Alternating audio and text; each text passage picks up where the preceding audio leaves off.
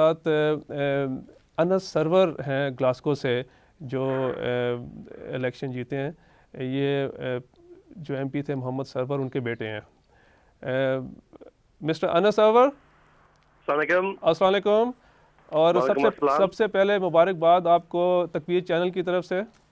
जज़ाकल्लाह जी, खैर मुबारक। अच्छा Anas, how do you see this now? I mean आपके जो कॉन्स्टिट्यूंसी में क्या इश्यूज थे जिससे आप फाइट की और कामयाब हुए हैं, और has it been a tight race for you? I think we had a fantastic election campaign here in Glasgow, and the big issues for us in Glasgow Central were firstly to campaign to secure the economic recovery.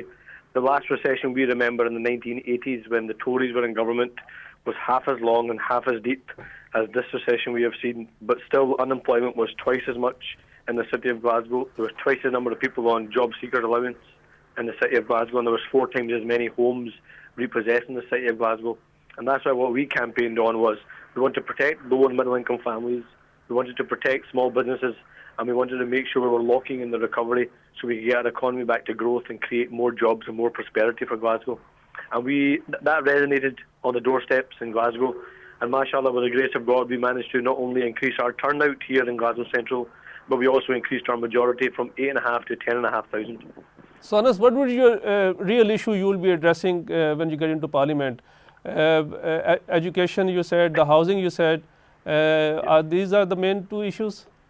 I think the main issue, first of all, is to stand up and fight for the people of Glasgow every minute of every day. And I think what we need is to continue to create jobs and continue to regenerate and redevelop the city of Glasgow. But I also have eyes on the international stage, because just as I believe we need every opportunity for every child in Glasgow, I believe every child should have every opportunity in every country around the world. And that's why we need to campaign for an independent, free Palestinian state living in peace and with justice. We need to campaign for the forgotten conflict of Kashmir so people can get self-determination in Kashmir. We need to make sure that people in Iraq, Afghanistan, every country around the world, no matter if it's a Muslim country or a non-Muslim country, we need to make sure we're fighting for justice and fighting for fairness. Right. Anas, I asked the question, previous caller as well. Gordon Brown tenacity and resilience, there's no doubt about that. So what do you think the Labour has lost? I mean, I don't think there's any winner in this election campaign. I think what the country has said and what the electorate has told us is that they want us to work together. They want the political class to work together to make this country a prosperous and great place. I think we have taken the right action, and Gordon Brown in particular has taken the right action to secure the economic recovery, and has taken the right action in the face of this recession, action that was followed by every country around the world, including Barack Obama and the United States.